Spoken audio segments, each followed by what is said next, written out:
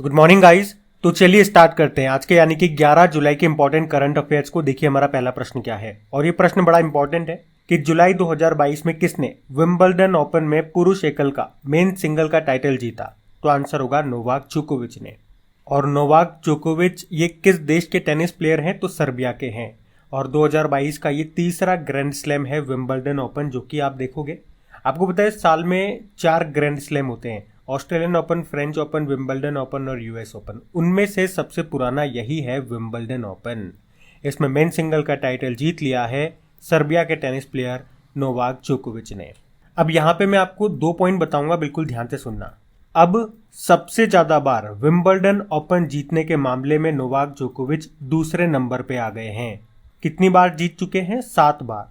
इनसे आगे कौन है? रॉजर फेडरर हैं, वो 8 बार जीत चुके हैं। दूसरा पॉइंट, अगर हम बात करते हैं कि टोटल ग्रैंड स्लैम जीतने के मामले में नोवाक जोकोविच ये दूसरे स्थान पर है। कितनी बार जीत चुके हैं? टोटल 21 ग्रैंड स्लैम जीत चुके हैं। इनसे आगे हैं राफेल नडाल, वो 22 बार जीत चुके हैं। और तीसरे नंबर पर रॉजर फेडरर है, वो 20 बार जीत चुके हैं। तो आपको याद रखना है 2022 का विंबलडन ओपन का मेन सिंगल टाइटल किसने जीत लिया? सर्बिया के टेनिस प्लेयर नोवाक जोकोविच ने। और किसको हराया इन्होंने? ऑस्ट्रेलिया के निक किर्गियोस को हराया है। आपको पता है इससे पहले इसी साल 2 ग्रैंड स्लैम हुए थे, ऑस्ट्रेलियन ओपन और फ्रेंच ओपन। वहां की भी बात कर लेते, उसको भी रिवाइज करते। तो उसमें men single title Rafael Nadal ने जीता था। राफेल नडाल ये स्पेन के हैं। ऐसे याद रखो, ऑस्ट्रेलियन ओपन और फ्रेंच ओपन दोनों में men single title Rafael Nadal ने ही जीता था। वुमेन सिंगल टाइटल की बात करते हैं। ऑस्ट्रेलियन ओपन वाला तो जीता था एशले बार्टी ने, वो ऑस्ट्रेलिया की है, अभी संन्यास भी ले चुकी है वो। और फ्रेंच ओपन जीता था ईगा स्विटेक ने, जो एशले बार्टी के संन्यास लेने के बाद नंबर 1 वुमेन टेनिस प्लेयर बन गई है। वो कहाँ की है? वो पोलैंड की है। अच्छा, विंबलडन ओपन की बात कर रहे हैं, तो इसका वुमेन सिंगल टाइटल किसने जीता?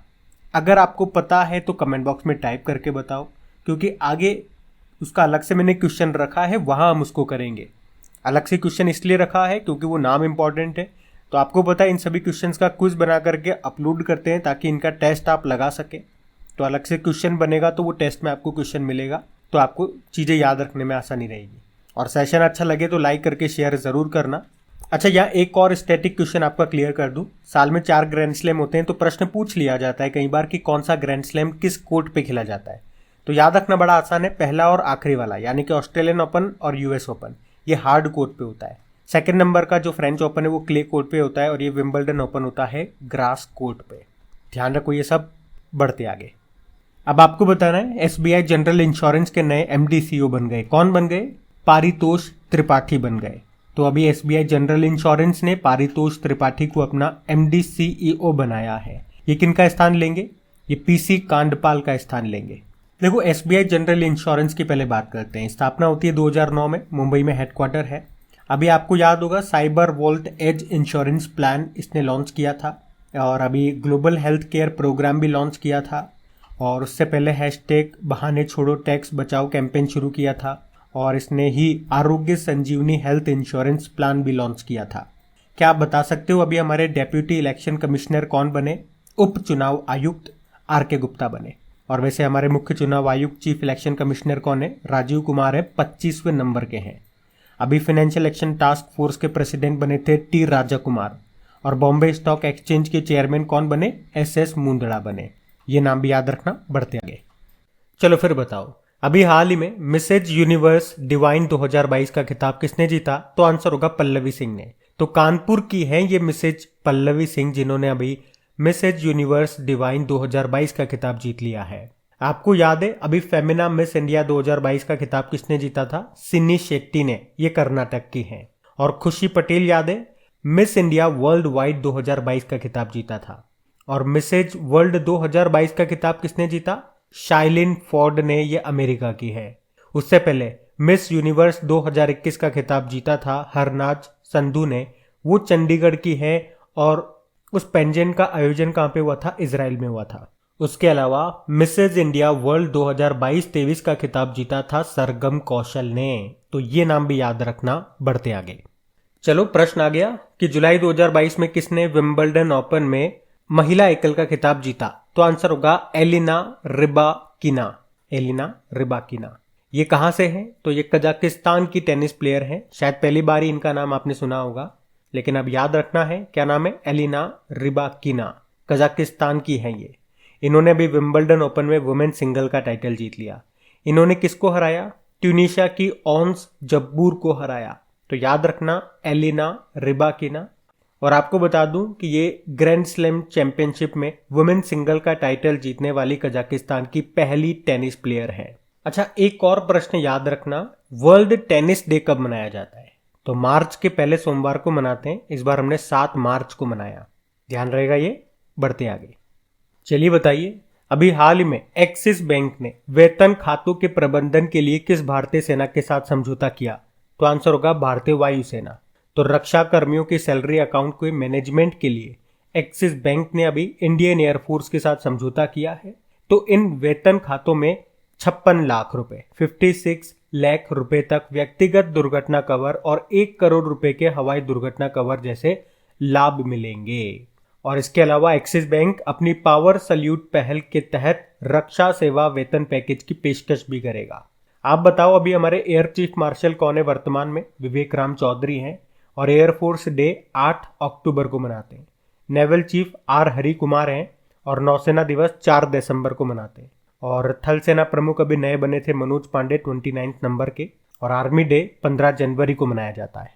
अच्छा, एक्सिस बैंक की बात है तो हेडक्वार्टर इसका मुंबई में है। चेयरमैन राकेश मखीजा हैं। एमडी सीईओ अमिताभ चौधरी हैं। टैगलाइन होती है बढ़ती का नाम जिंदगी।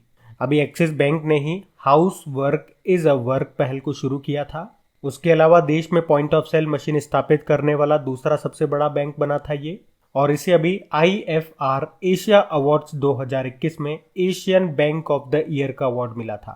ध्यान रखना ये सब। पढ़ते आगे, चलिए बताइए, अभी श्रीलंका के प्रधानमंत्री ने भी अपने पद से इस्तीफा दे दिया। उनका नाम बताइए। तो आपको याद है अभी कुछ समय पहले ही तो ये बने थे। नाम है रानिल विक्रमसिंघे।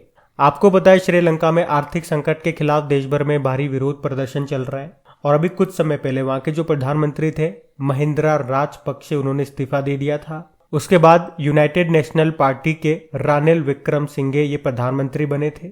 अभी कल ही हम लोगों ने पढ़ा है कि वहां के जो राष्ट्रपति हैं गोटबाया राजपक्षे, उन्होंने भी इस्तीफा दे दिया। और अब ये जो नए प्रधानमंत्री बने थे इन्होंने भी इस्तीफा दे दिया है। अब बात श्रीलंका की है तो ये रहा मैप में श्रीलंका।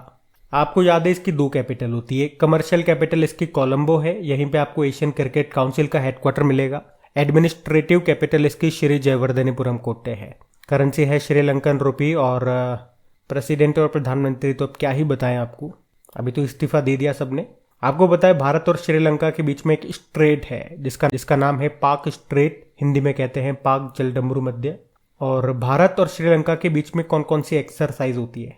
मित्र शक्ति और स्लाइनेक्स नाम की एक्सरसाइज होती है। और 2022 में याद रखना बिम्स्टेक की अध्यक्षता श्रीलंका के पास में है। कौन से नंबर की सबमिट हुई थी? 5वें नंबर की। और ऐसा कहा जा रहा है 2022 में जो एशिया कप है ये भी श्रीलंका में होंगे अगस्त सितंबर में। याद रखना। बढ़ते आगे, चलिए बताइए, अभी राष्ट्रीय मछली किसान दिवस कब मनाया गया? तो आंसर होगा 10 जुलाई को। तो राष्ट्रीय मछली किसान दिवस ये हर साल 10 जुलाई को मनाया जाता है। तो मछली पालकों को प्रोत्साहित करने के लिए ये दिन मनाया जाता है। इस दिन को मनाने का मुख्य उद्देश्य यही है कि देश भर में मछली पालन को बढ़ावा मिल सके। अच्छा, कुछ प्रश्न मैं आपसे पूछूंगा। बताओ, अभी किस देश में सबसे बड़ी मीठे पानी की मछली खोजी गई थी? तो आंसर होगा कंबोडिया में, जो कि एक स्टिंगरे मछली थी। चलो बताओ, भारत का पहला मछली बाजार एप्लीकेशन फिश वाले किस राज्य में लॉन्च हुआ था? आंसर होगा असम में। अभी सिक्किम की राज्य मछली किसे घोषित किया गया? केटली को। और वर्ल्ड ट्यूना डे कब मनाया जाता है? ट्यूना भी तो एक प्रकार की मछली है, तो हम मनाते हैं वर्ल्ड ट्यूना डे 2 मई को। चलो बताओ, अभी चिल्का झील जो है भारत की सबसे बड़ी खारे पानी की लगून झील है, ये उड़ीसा में आपको मिलेगी। तो इसमें कितनी मछली पकड़ने वाली बिल्लियों की खोज की गई थी? तो आंसर होगा 176। अब देखो डे वाला क्वेश्चन है, तो मैं चाहूंगा जुलाई तक जितने भी इंपॉर्टेंट डेज हमने पढ़े हैं वो आप कमेंट बॉक्स में लिखने की कोशिश करें और खुद से एनालिसिस करें कि कितने डेज आपको याद है और कितने में अटक रहे हो।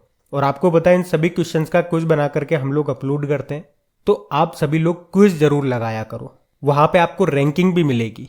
आपके साथ में जितने भी स्टूडेंट्स टेस्ट लगाते हैं तो उनके साथ आपको रैंकिंग मिलेगी, मतलब टॉप 10 जो रिजल्ट होंगे वहां पे शो होंगे।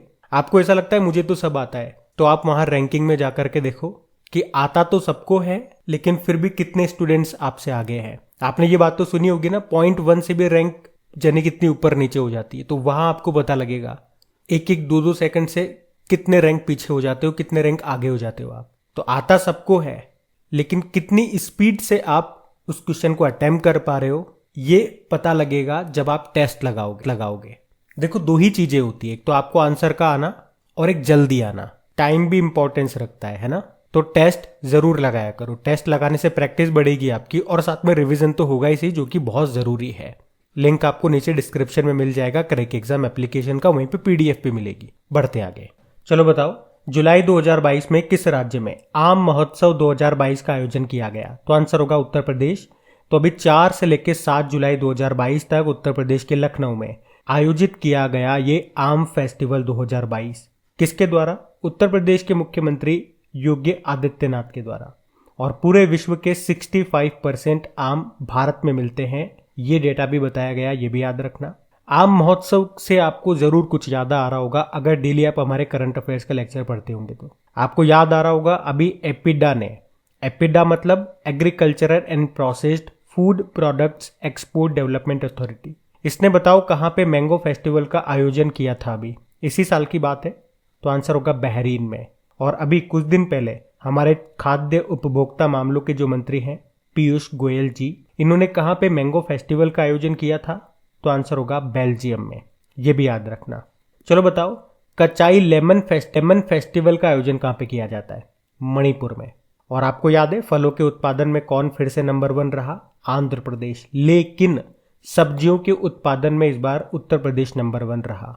और चीनी के उत्पादन में महाराष्ट्र। और अगर पूरे विश्व में बात करें तो स्टील के उत्पादन में प्रोडक्शन में नंबर 1 कौन है? तो चाइना है। अब बात यहाँ पे उत्तर प्रदेश की है, तो ये रहा मैप में यूपी। तो इसकी कैपिटल लखनऊ है, जो कि गोमती नदी के किनारे स्थित है। यहीं पे आपको सिडबी का हेडक्वार्टर भी मिलेगा। हमारे जो रक्षा मंत्री हैं राजनाथ सिंह, उनका निर्वाचन क्षेत्र भी है लखनऊ। उसके अलावा भारत में पहली पैरा बैडमिंटन अकादमी कहाँ पे खोली गई? तो आंसर होगा लखनऊ में। ब्रह्मोस विनिर्माण केंद्र कहाँ पर स्थापित किया गया? तो लखनऊ में। और आपको याद होगा लखनऊ के 4 बाग रेलवे स्टेशन में भारत का पहला हेल्थ एटीएम भी लॉन्च किया गया था। यहाँ के मुख्यमंत्री योगी आदित्यनाथ है, जिनके ऊपर एक बुक अभी लिखी गई थी जिसका नाम है the monk who transformed UP. किसने लिखा? शांतनु गुप्ता ने। गवर्नर कौन है? पटेल। आपको याद है अभी उत्तर प्रदेश सरकार ने राज्य के हर परिवार को फैमिली कार्ड जारी करने की घोषणा की है। अभी उत्तर प्रदेश सरकार ने संभव पोर्टल लॉन्च किया था जनता की समस्याओं का निवारण करने के लिए। और उत्तर प्रदेश के अयोध्या में लता मंगेशकर जी के नाम पे एक चौराहे का नाम रखा जाएगा। और भारत का पहला अमृत सरोवर ये कहाँ पे बना है? उत्तर प्रदेश के रामपुर में। इस तरह से टोटल 75 बनेंगे। अभी वैक्यूम आधारित सीवर सिस्टम लगाने वाला पहला शहर कौन सा बना? आगरा। अभी यहाँ पे स्कूल चलो अभियान शुरू हुआ था, कब? 4 अप्रैल 2022 में श्रावस्ती जिले से। और बताओ अभी रोपवे सेवाओं को सार्वजनिक रूप से उपयोग करने वाला पहला शहर कौन सा बना? तो आंसर होगा वाराणसी। और नेशनल रोपवे डेवलपमेंट प्रोग्राम को क्या नाम दिया गया? पर्वतमाला। अभी जो तीसरे राष्ट्रीय जल पुरस्कारों की घोषणा हुई थी उसमें सर्वश्रेष्ठ राज्यों की श्रेणी में यूपी टॉप पर है, सेकंड पे राजस्थान है। और सर्वश्रेष्ठ जिलों की श्रेणी में उत्तर प्रदेश का मुजफ्फरनगर ये टॉप पर है। अभी यूनाइटेड नेशन एनवायरनमेंट प्रोग्राम ने नॉइज पोल्यूशन के ऊपर एक रिपोर्ट जारी की थी और बताया नॉइज पोल्यूशन के मामले में नंबर 1 है ढाका, बांग्लादेश की कैपिटल। सेकंड पे है उत्तर प्रदेश का मुरादाबाद। तो ये सारे पॉइंट्स ध्यान रखना। बढ़ते आगे, फिर बताइए अभी पंजाब नेशनल बैंक ने किस भारतीय सेना के साथ पंजाब नेशनल बैंक यानी कि पीएनबी रक्षक प्लस योजना के लिए समझौता किया? तो आंसर होगा भारतीय वायुसेना। तो अभी पंजाब नेशनल बैंक ने अपनी प्रमुख योजना पीएनबी रक्षक योजना के लिए भारतीय वायुसेना के साथ समझौता किया है। क्या क्या बेनिफिट्स मिलेंगे इस योजना में? तो 50 लाख रुपए का पर्सनल एक्सीडेंट कवर मिलेगा, 1 करोड़ रुपए का हवाई दुर्घटना बीमा कवर मिलेगा और दुर्घटना में विकलांग होने पर 50 लाख रुपए का कवर भी दिया जाएगा। और इस तरह से और भी कई फायदे दिए जाएंगे इस योजना में। देखो पंजाब नेशनल बैंक की बात करते हैं तो इसका हेडक्वार्टर तो नई दिल्ली में है। इसकी टैगलाइन होती है the name you can bank upon. अच्छा ये और बताओ, इसके अभी नए एमडी सीईओ बने थे, उनका नाम क्या है? अतुल कुमार गोयल है। आपको याद होगा 2 बैंकों का विलय कर दिया गया था, मर्ज कर दिया गया था पंजाब नेशनल बैंक में। कौन कौन से बैंक हैं वो? तो आंसर होगा ओरिएंटल बैंक ऑफ कॉमर्स और यूनाइटेड बैंक ऑफ इंडिया। ध्यान रखना ये, बढ़ते हैं आगे। चलो बताओ, अभी जुलाई 2022 में स्वाधीनता संग्राम ना सुरवीरों नाम से एक पुस्तक का विमोचन किसने किया?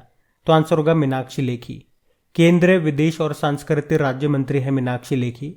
अभी इन्होंने गुजरात में एक पुस्तक का विमोचन किया है जिसका नाम है स्वाधीनता संग्राम ना सुरवीरों। तो इस बुक में देश के लिए उनके द्वारा किए गए बलिदानों के बारे में बताया गया है। ये बुक देश की स्वतंत्रता के 75 वर्ष को चिन्हित करने के लिए स्वाधीनता का अमृत महोत्सव का एक हिस्सा है। आप जानते हो बिमल जालान, इन्होंने कौन सी बुक लिखी थी? The India story. Preeti Shinoy a place called home नाम की बुक को लिखा। और रशीद किदवई ने लीडर्स पॉलिटिशियन सिटीजन्स नाम की बुक को लिखा। चलिए बताइए, अभी केंद्रीय रक्षा मंत्री जो हैं राजनाथ सिंह, इन्होंने कहा पहली एआई यानी कि आर्टिफिशियल इंटेलिजेंस पर प्रदर्शनी का उद्घाटन किया? तो आंसर होगा दिल्ली। तो रक्षा मंत्री राजनाथ सिंह जी ने दिल्ली के विज्ञान भवन में पहली बार रक्षा क्षेत्र में कृत्रिम बुद्धिमत्ता यानी कि आर्टिफिशियल इंटेलिजेंसी इन डिफेंस विषय पर अभी 11 जुलाई को ये प्रदर्शनी का आयोजन करेंगे। और इस दौरान वे डिफेंस सेवाओं के लिए खास तौर से तैयार किए गए आर्टिफिशियल इंटेलिजेंसी पर आधारित 75 अत्याधुनिक उत्पादों का अनावरण भी करेंगे, उसे लॉन्च भी करेंगे। आपको बताएं, अभी हमारे पर्यावरण मंत्री ने नई दिल्ली के ताल कटोरा स्टेडियम में हरियाली महोत्सव का भी आयोजन किया था। अभी बाजरे पर राष्ट्रीय सम्मेलन का उद्घाटन भी कहां पे किया गया? नई दिल्ली में। और नई दिल्ली में ही ज्योतिर्गमय उत्सव भी शुरू हुआ था और भारत का सबसे बड़ा ड्रोन महोत्सव का भी आयोजन किया गया था नई दिल्ली में ही। अगर आपसे पूछे कि मुख्यमंत्री मुफ्त सीवर कनेक्शन योजना किसने शुरू की? तो दिल्ली सरकार ने। उसके अलावा देश का पहला स्मोक टावर कहां पे लगा था? दिल्ली में। अभी भारत का पहला ई वेस्ट इको पार्क कहां पे खोला गया? तो आंसर होगा दिल्ली में। और पूसा कृषि विज्ञान मेले 2022 का आयोजन भी हुआ था दिल्ली में। दिल्ली से 2 इंपॉर्टेंट पॉइंट ये और बनेंगे कि अभी इसके हाईकोर्ट के नए चीफ जस्टिस कौन बन गए हैं? तो सतीश चंद्र शर्मा। और यहाँ के लेफ्टिनेंट गवर्नर यानी कि उपराज्यपाल बन गए हैं विनय कुमार सक्सेना। तो ये भी याद रखना, बढ़ते हैं आगे। चलो बताओ, अभी हाल ही में गांधीवादी विचारक और स्वतंत्रता सेनानी पी गोपीनाथन नायर का निधन हो गया। वे किस राज्य से संबंधित थे? केरल। तो स्वतंत्रता सेनानी पी गोपीनाथन नायर का भी 100 वर्ष की उम्र में निधन हो गया। उन्हें अपने जीवन में गांधीवादी विचारधारा का पालन करने के लिए जाना जाता था। उन्होंने स्वतंत्रता संग्राम में भाग लिया था और उन्होंने 1942 के भारत छोड़ो आंदोलन में भी भाग लिया था। उन्हें पद्मश्री भी मिल चुका है 2016 में। तो अब हम बात करेंगे कल के वीडियो में पूछे गए प्रश्न के उत्तर की। तो कल आपसे पूछा था इंटरनेशनल मॉनेटरी फंड की पूर्व मुख्य अर्थशास्त्रियों की दीवार पर प्रदर्शित होने वाली पहली महिला और दूसरी भारतीय कौन बन गई? तो आंसर होगा गीता गोपीनाथ। आप सभी ने प्रश्न का बिल्कुल सही उत्तर दिया है। फिर से बता दूं, क्विज अपलोड कर दिया गया, पीडीएफ आपको वहां पे मिल जाएगी। और प्लीज़ वीडियो अच्छा लगा, मेहनत अच्छी लगी तो लाइक शेयर ज़रूर कीजिएगा। और हो सकता है आज आपको वॉइस इतनी लाउडली ना मिले, थोड़ा सा कम, क्योंकि सर में हेडेक हो रहा है तो बोलने से और ज़्यादा दर्द करता है। लेकिन फिर भी मैंने अपनी पूरी एनर्जी लगाई है। तो सेशन अच्छा लगे तो प्लीज़ लाइक ज़रूर कर देना। और अब ये रहा आज का आपका होमवर्क प्रश्न।